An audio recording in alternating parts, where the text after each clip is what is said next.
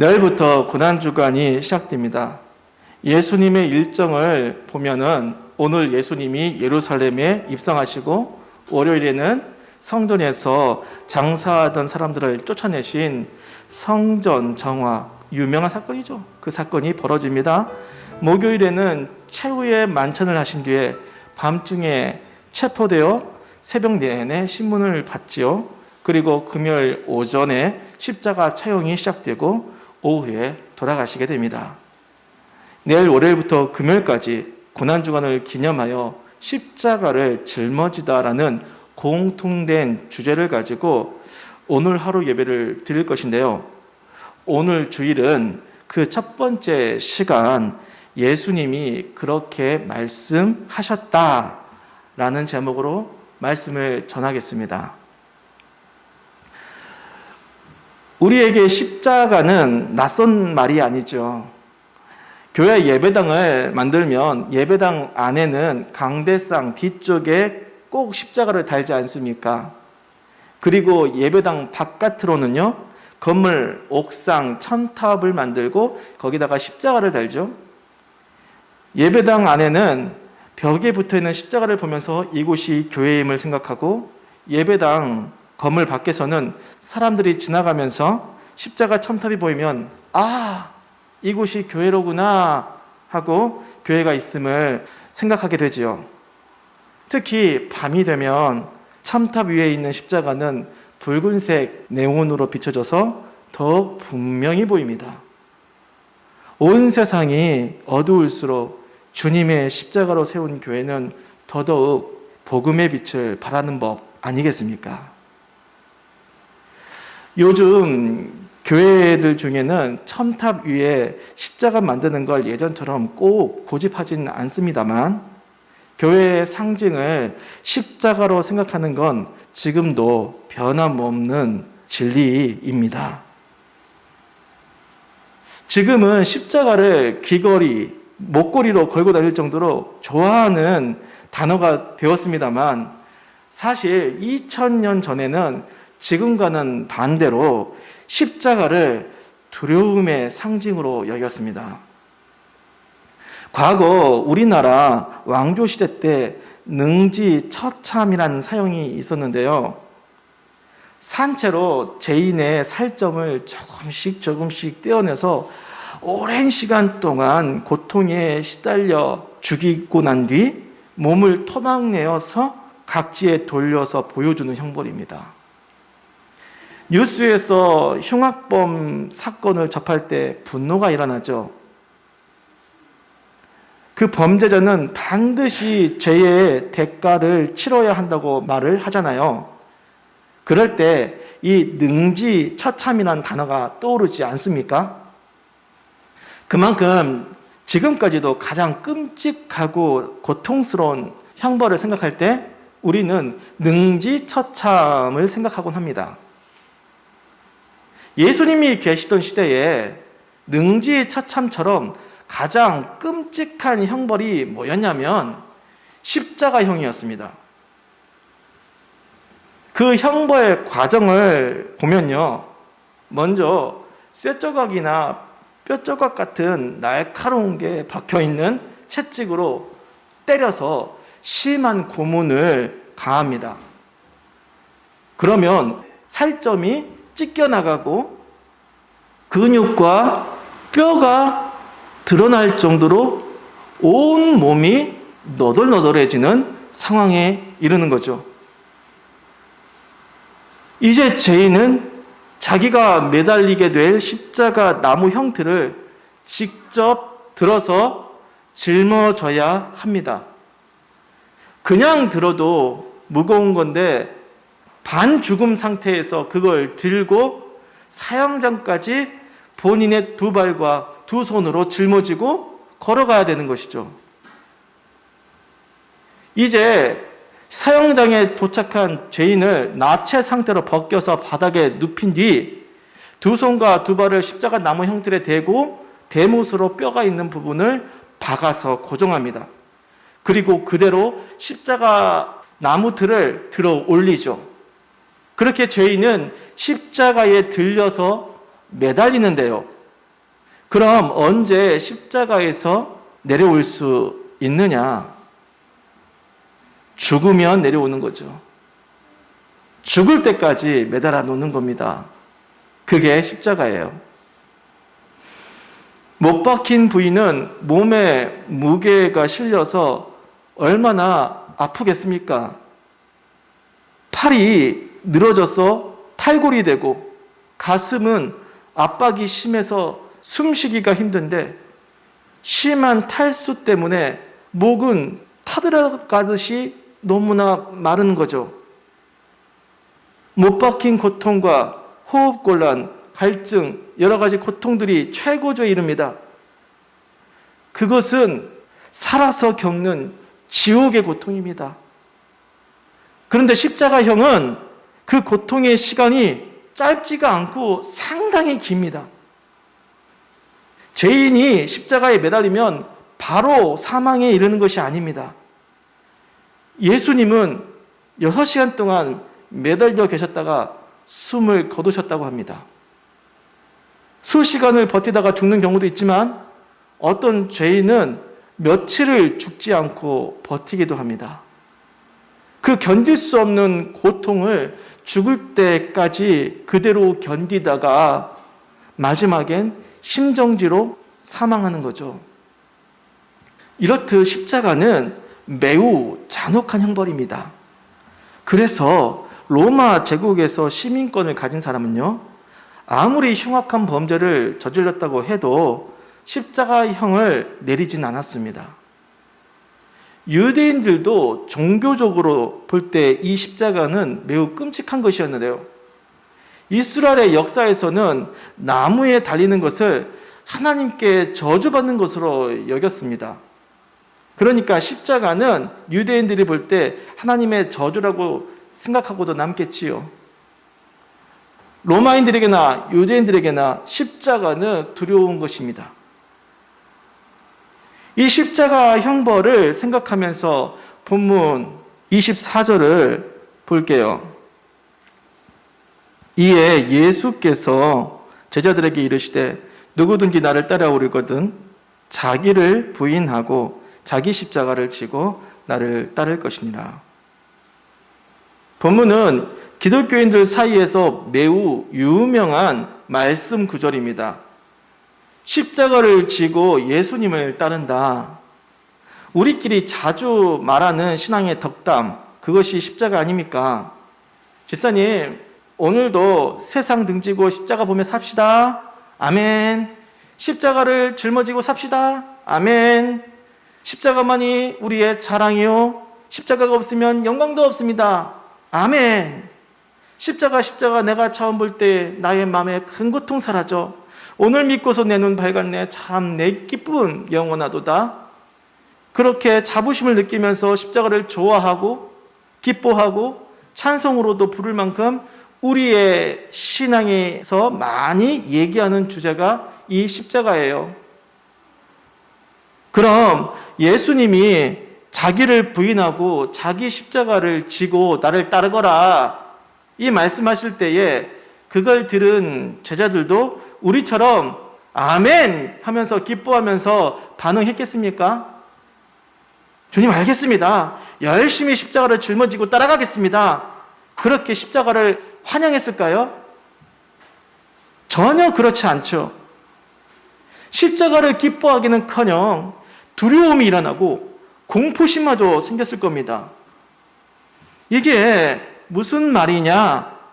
우리식으로 표현을 해보면 얘들아 각자 능지처참 형벌을 당하면서 나를 따르거라 이 뜻이에요. 자기 십자가를 져라. 최악의 사형 형벌을 받으라는 말 아닙니까? 게다가 유대인 정서에서는 아까 하나님의 저주를 받으라는 의미까지 더해지죠.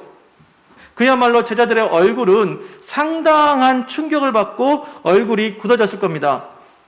십자가 얘기를 들은 제자 어느 누구도 예수님의 이 말씀을 받아들일 수 없었을 겁니다. 주님, 우리가 왜요? 그 끔찍한 십자가 처형을 당하는 것과 예수님을 따르는 것, 그게 무슨 상관이 있는 겁니까? 그런 의문이 들지 않겠습니까? 어쩌다가 이렇게 강한 말씀이 임한 건지 궁금합니다. 앞에 21절부터 한번 볼게요. 이때로부터 예수 그리스도께서 자기가 예루살렘에 올라가 장로들과 대제사장들과 서기관들에게 많은 고난을 받고 죽임을 당하고 제3일에 살아나야 할 것을 제자들에게 비로소 나타내시니. 간단하게 말씀을 드리면 내가 예루살렘에서 죽임을 당할 거고 3일 후에 부활할 거야. 예수님이 제자들에게 처음으로 자신의 죽음과 부활을 예고하신 겁니다. 베드로가 마태복음 16장 16절에 주는 그리스도시요 살아계신 하나님의 아들이시니다, 이렇게 멋지게 신앙 고백을 하고 예수님께 칭찬을 많이 받았거든요. 그래서 예수님을 향한 열정이 한창 뜨거운 타이밍에서 예수님의 죽음 예고를 듣고 가장 열정적으로 이 죽음을 막으려고 합니다. 주여 그리 마옵소서, 이 일이 결코 죽게 미치지 아니하리이다. 아주 단호하게 얘기하는 거죠. 그래서 예수님이 이렇게 말씀하시잖아요. 사탄아, 내 뒤로 물러가라. 내가 하나님의 일을 생각하지 않고 도리어 사람의 일을 생각하는도다. 여기서 예수님이 말씀하시는 하나님의 일이 뭡니까? 하나님의 일. 예수님 자신이 큰 고난을 받고 그 끔찍한 십자가 처형으로 생을 마감하는 일입니다. 그게 하나님의 일이에요. 그렇게 해야지 십자가 죽음의 대가로 모든 인류를 구원하시는 그 구원의 사역이 완성이 되는 겁니다. 그런데 베드로가 생각한 사람의 일이 뭐죠? 예수님을 죽지 못하게 하는 겁니다. 솔직히 사람의 입장에서 볼 때 그건 당연히 이해를 할 만한 반응입니다. 사랑하는 사람이 여러분에게 나 이제 죽을 거야 이렇게 말합니다. 그럼 어떻게 하시겠어요? 응, 알았어. 그래, 잘 죽으렴. 그렇게 말합니까? 아니잖아요. 무슨 일이야? 그래서는 안 돼. 절대 죽을 수 없어. 내가 널 죽게 놔두지 않을 거야. 넌 죽지 않아. 그렇게 반응하는 게 정상이죠. 베드로는 예수님을 사랑하고 예수님을 소중히 여기기 때문에 당연히 예수님을 돌아가시게 할 수 없는 마음이 일어나는 거죠. 예수의 죽음을 막는 건 사람이 납득할 수 있는 사람의 일입니다. 하지만 그것은 베드로 자신은 물론 모든 인류의 구원을 막는 일이 돼요. 예수 십자가 보혈로 우리의 죄를 깨끗이 씻으시고 구원하시려고 하는 하나님의 일을 막겠다고 하는 겁니다. 베드로 말고도 다른 제자들, 그 사람들도 예수님의 죽음을 인정하고 싶지 않았을 겁니다. 그리고 그 죽음이요, 십자가에서 처형당하시는 것이란 사실을 아직 예수님이 밝히시지 않으셨거든요. 그런데 바로 이어서 무슨 얘기를 하시냐? 십자가 얘기가 나와요. 누구든지 나를 따라오려거든 자기를 부인하고 자기 십자가를 지고 나를 따를지니라. 방금 아까 고난당하여 죽는다는 얘기 하셨잖아요. 이어서 얘기하면 내가 먼저 죽을 테니 너희는 각자 십자가 처형을 당하여 나를 따라서 죽어라. 그렇게 느끼지 않겠습니까? 느닷없이 끔찍한 십자가 처형을 당하라는 말처럼 들리니 얼마나 당황스럽고 충격적인 메시지로 느끼겠습니까? 예수님이 요구하시는 예수 따르는 것, 그것은 자기를 부인하고 자기 십자가를 지는 겁니다. 그건 비참하게 죽으러 가라고 하는 의미의 제자도입니다. 제자들이 전혀 예상을 할 수 없는 제자도입니다. 그럼 제자들이 바라고 원했던 예수를 따르는 제자도가 무엇이었을까요? 그들이 생각한 제자도, 예수님이 말씀하신 제자도 말고요, 나를 따르라고 말씀하시지만 그걸 받아들일 때는 또 자기 마음대로 받아들이잖아요. 이 제자들은 어떤 식으로 제자도를 받아들였느냐, 느끼고 있었느냐? 높은 자리에 오르는 겁니다. 마태복음 20장에 보면 예수님이 자신의 죽음과 부활에 대해 마지막 세 번째로 말씀하시고 21장에는 십자가에 못 박히시려고 예루살렘으로 들어가시거든요. 그러니까 세 번째 죽음과 부활을 예고했을 때는 예수님의 죽음이 임박한 시기였던 거죠. 그런데 이 중대한 시기에 야고보와 요한의 어머니가 예수님한테 가서 뭐라고 했는지 아십니까? 주의 나라에서 아들 하나는 주님의 우편에 또 하나는 주님의 좌편에 앉게 해주세요. 내 두 아들이 주님 나라에서 인정받고 큰 재상으로 출세시켜달라고 하는 청탁을 하는 거죠. 그리고 이 얘기 때문에 나머지 10명의 제자들의 심정이 불편해지고 결국 다투게 됩니다. 지금 상황이 곧 예수님께서 돌아가실 상황인데 자기들끼리 자리 싸움하고 있으니 참으로 한심한 상황입니다. 이들은 생계를 내려놓고 전적으로 예수님을 따르던 제자들입니다. 보통 사람들이 아니에요. 자신의 생업을 다 내려두고 예수님을 하루 종일 따르는 사람들이에요. 3년 반 동안. 그런데 자기의 욕심을 부인하고 십자가를 지고 예수를 따르는 것이 아니라 자기의 욕심을 채우고 높이고 십자가를 버려서 예수를 따르겠다고 하는 모순을 가지고 있어요. 보세요. 나중에 예수님이 십자가 지시려고 체포되셨을 때 제자들이 다 도망갔죠. 예수님이 체포당하시기 전, 십자가의 형벌을 당하시기 전, 그때 제자들은 전부 예수님 곁에 붙어 있었어요. 그런데 막상 예수님이 체포당하여 십자가에서 처형당하시는 현장에 계셨을 때는 요한을 제외한 나머지 제자들 모두가 없었습니다. 십자가 지는 것에서 도망쳐 나와 예수님을 따르지 않았고 예수님 곁에 있지도 않았어요. 그저 자기 목숨 살려고 뿔뿔이 흩어진 저들의 모습, 그 모습이 본문 25절에 담겨 있지 않습니까? 25절, 누구든지 제 목숨을 구원하고자 하면 잃을 것이요 누구든지 나를 위하여 제 목숨을 잃으면 찾으리라. 살려고 자기 자신을 못 박지 않으면 생명을 잃는다. 그게 그 당시의 제자들의 모습이죠. 하지만 죽으려고 자기 자신을 못 박으면 생명을 찾는다. 이것은 이제 앞으로 제자들이 변해서 살게 될 참된 제자도의 삶이 되겠죠. 살려고 자기를 못 박지 않으면 생명을 잃고 죽으려고 못 박으면 생명을 찾는 곳이 어디입니까? 그곳이 십자가예요.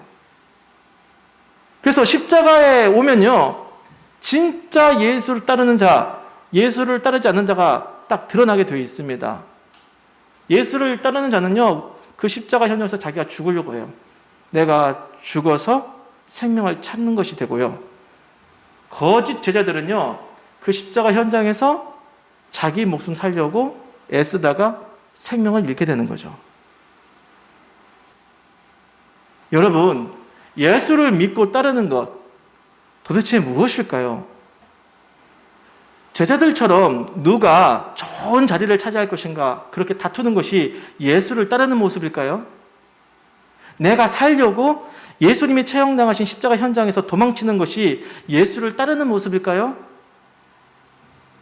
어떤 기독교인들을 보면요, 내가 더 열심히 예수를 따르겠다고 경쟁하듯이 말합니다. 하지만 실제의 삶을 보면 왜 그렇게 내가 더 잘 살아보려고, 더 높아져 보려고 애쓰는 거죠? 왜 그리 죽지 않고 욕심을 부려가면서 싸우고 미워하고 그럽니까?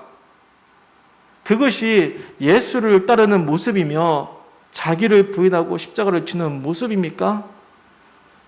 그들의 열매로 그들을 알리라. 예수님이 말씀하셨잖아요. 제자로서 예수님을 따르는 모습, 십자가를 지고 자기를 부인하며 주님께 나아가는 모습, 그 열매가 우리의 삶에 나타나거든요. 근데 말은 그렇게 나는 예수를 따릅니다라고 말을 했는데 행동하는 거 보면은 가슴이 아픈 행동들을 하잖아요. 저 사람이 정말 예수를 잘 믿는 모습이냐? 정말 보는 것만으로도 시험이 들고 실족이 되는 그런 모습이 나에게도 있지 않는가? 들키지만 않을 뿐이지 나에게도 그런 제자들의 모습이 얼마나 많은가? 예수를 따르는 건요, 여러분, 예수님처럼 죽는 겁니다. 기독교의 신앙은 자기 부인 신앙이에요. 죽는 신앙입니다. 자꾸만 내가 드러나려고 하고 돋보이려고 하고 성공하려고 하고 위를 향해 올라가려고 막 하잖아요, 세상에서. 그거는 기독교의 올바른 모습이 아니에요. 혹시나 그런 식으로 이렇게 신앙생활 하시는 분이 있으면 참 안타깝게 여겨야 됩니다. 죽는 것이 예수를 따르는 거예요. 죽는 것이. 자기를 부인하고 십자가를 지는 건 더 잘되고 높아지는 자리가 아니고요. 십자가에 비참하게 못 박혀 죽는 자리입니다. 앞에서 말씀드린 십자가 체형에 대해 생각해 보세요. 예수님이 우리의 죄 때문에 채찍을 맞고 나체로 벗겨지고 못 박혀서 숨도 제대로 못 쉬고 목이 타는 갈증 속에서 지옥의 고통을 6시간 동안 견디다가 죽으셨어요. 예수님의 죽음 정말 끔찍했어요. 그런데 더도 말고 덜도 말고 말씀 그대로 우리가 보면요, 나도 그렇게 죽어야 한대요. 자기 십자가를 지고 각자마다 십자가 하나씩 주시겠대요. 예수님의 십자가와 나의 십자가는 서로 다릅니까? 아니에요. 본질상 연결되어 있잖아요. 예수님이 그렇게 가셨으면 나도 그렇게 가는 거 아니겠습니까? 거기서 편안하게 누워서 갈 수 있는 십자가가 어디 있습니까? 나도 그렇게 죽어야 한다고 하는 거죠. 왜 그렇게 죽어야 되는 거죠? 그래야 살기 때문입니다. 살기 때문이라는 말이 영성 추구하는 어떤 그런 도통한 그런 신자들 일부의 얘기가 아니에요. 예수 안 믿는 사람들도 다 살아야 되는 거거든요. 소망 가운데서 생명의 기쁨으로 살아야 되는데 비결은 하나밖에 없어요. 십자가에서 내가 죽어야 되는 거예요. 그러니까 십자가라는 것이 예수 믿는 사람들에게만 해당되는 것이 아니라 죄 있는 모든 자들을 위한 거예요. 죄 있는 모든 자들을 살리기 위한 자리가 십자가의 자리인데 세상에서 괴롭고 힘들고 그 모든 고통, 그 다 죄의 산물이거든요. 죄에 휘둘려 있는 내가 죽어야 돼요. 그래야 살 수 있다는 얘기입니다. 갈라디아서 2장 20절 말씀에 내가 그리스도와 함께 십자가에 못 박혔나니 그런즉 이제는 내가 산 것이 아니요 오직 내 안에 그리스도께서 사신 것이라.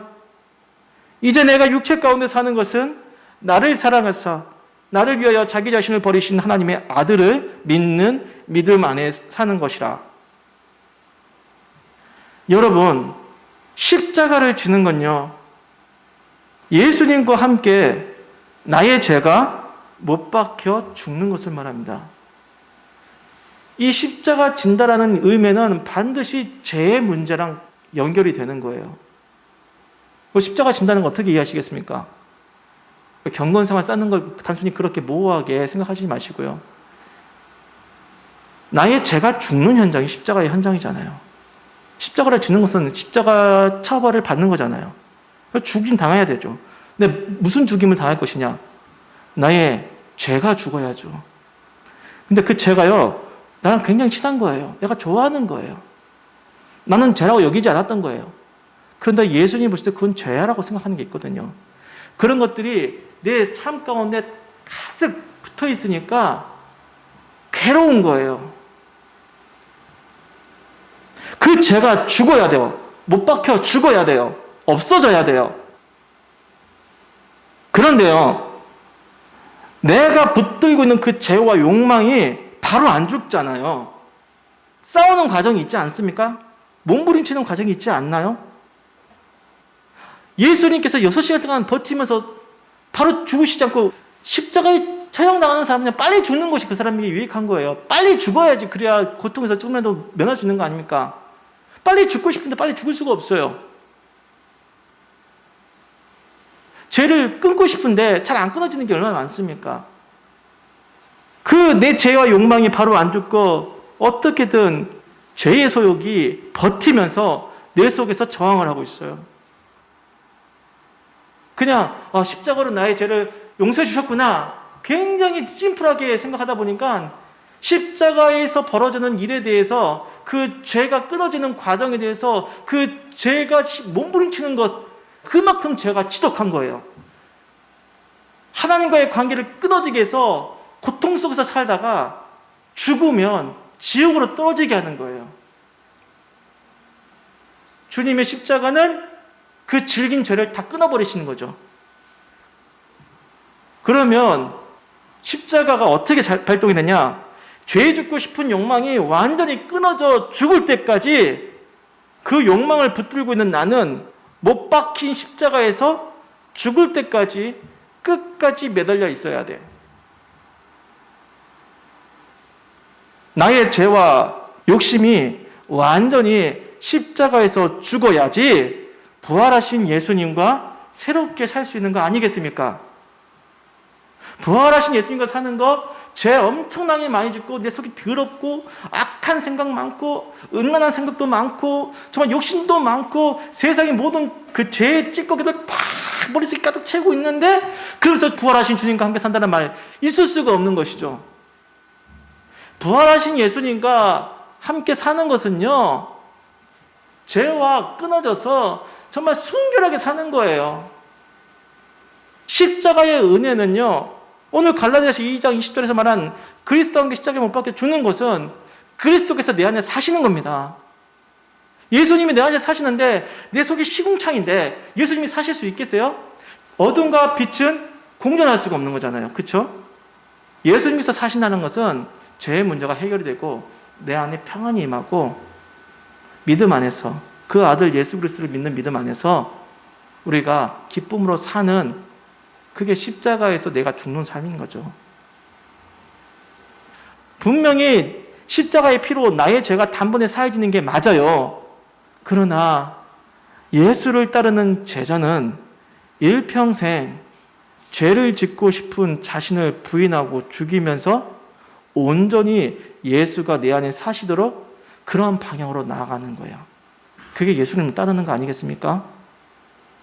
죄에 관하여 나를 십자가에 못 박아 쳐서 복종하여 사는 삶, 그렇게 사는 것이 죄에서 벗어나서 고통 가운데서 벗어나서 자유를 누리는 삶, 자기를 부인하고 자기 십자가를 지고 예수를 따르는 삶이 고행이 아니라요, 그게 진정한 자유로 나가는 삶인 겁니다.